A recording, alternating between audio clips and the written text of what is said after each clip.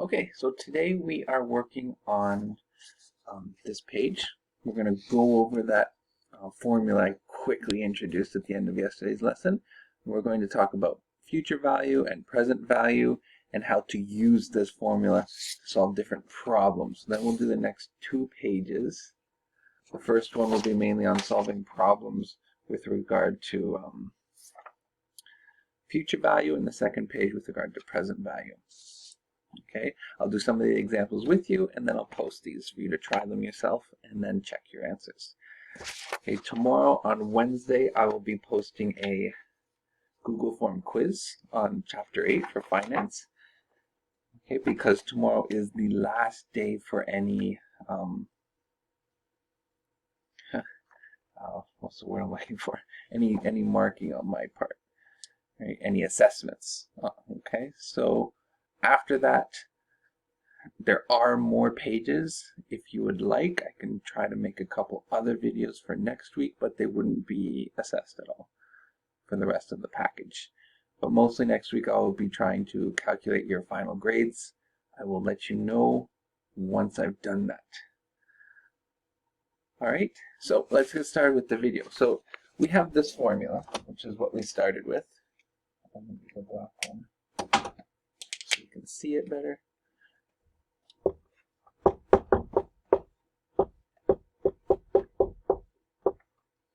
right, so this formula we're going to use to calculate compound interest. Now, what do all of these mean?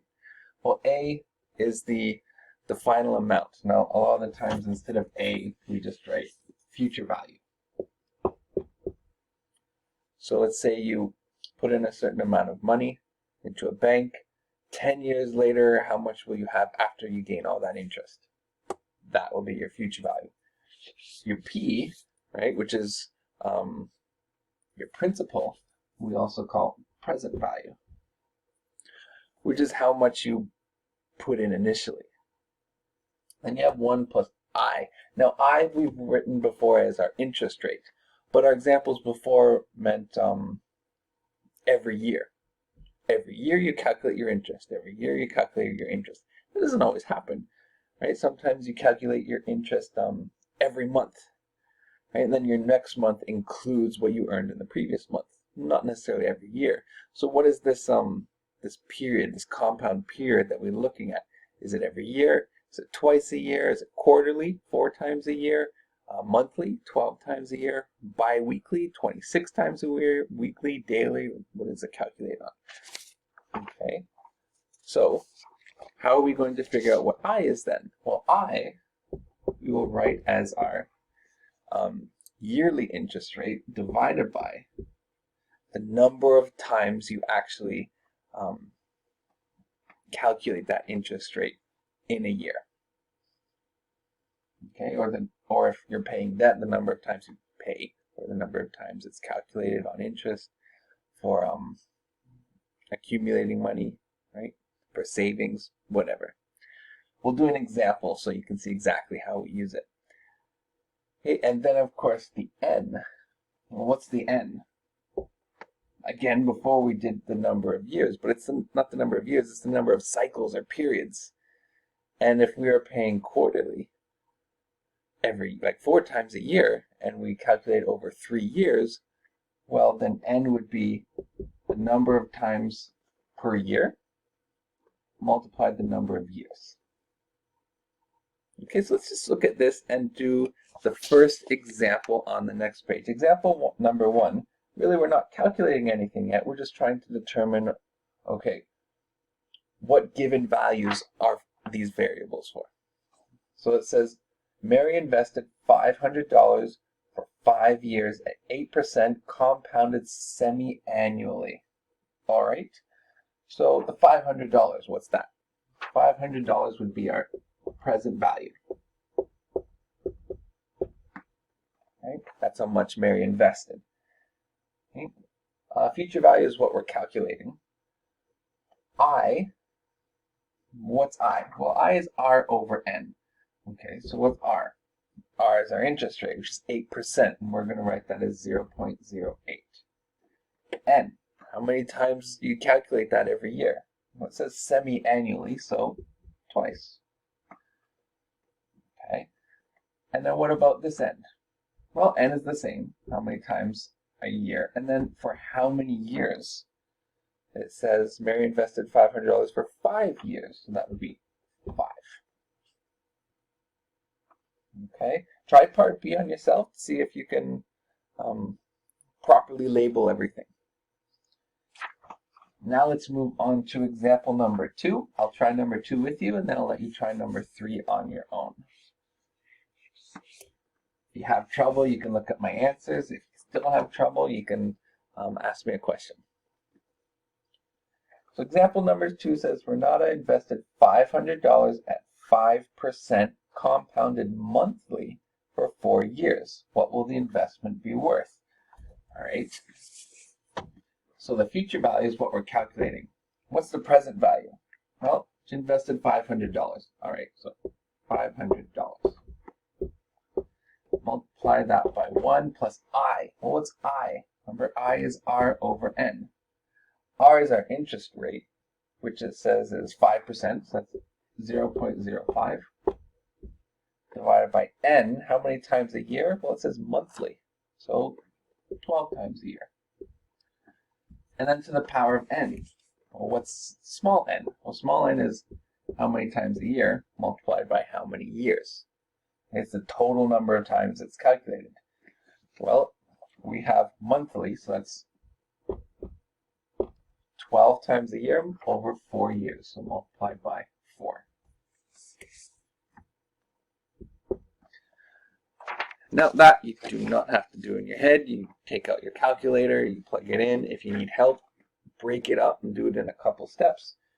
But make sure you check it. You should get your future value to be $610.45.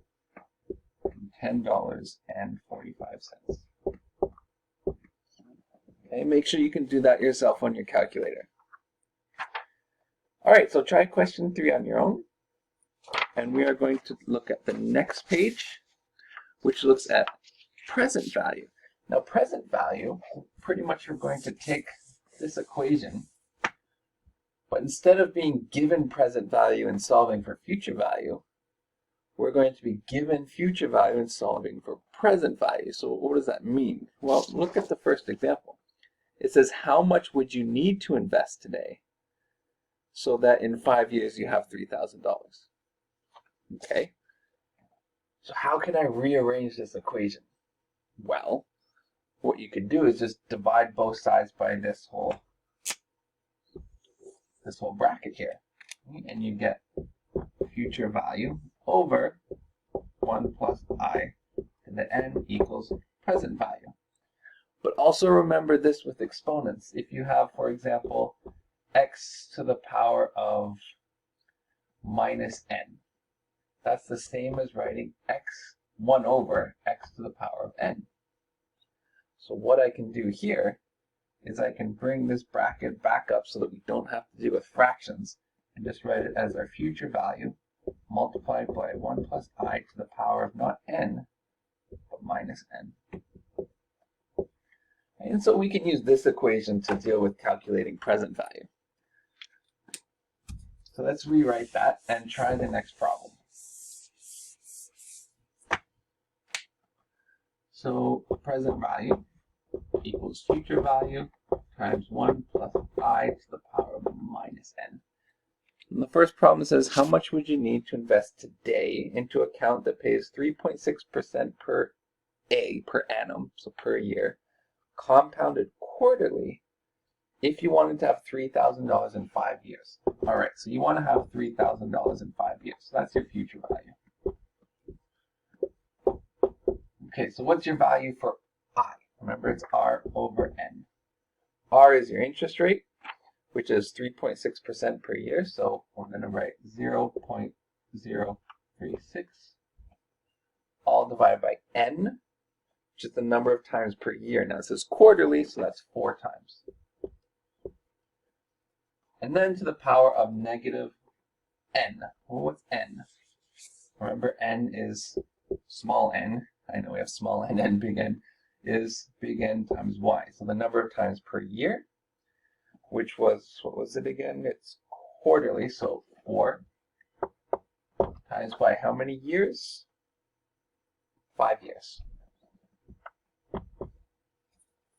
Okay, that's 4 times 5, not 4.5. Okay, so that would be to the power of minus 20. Plug all that in your calculator, and you get $2,507.83. So that's how much money you would have to invest now with that interest rate. So then in 5 years, you'd have $3,000.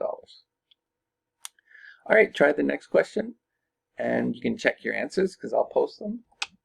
And good luck on the quiz tomorrow. And have a good summer if I don't do another video.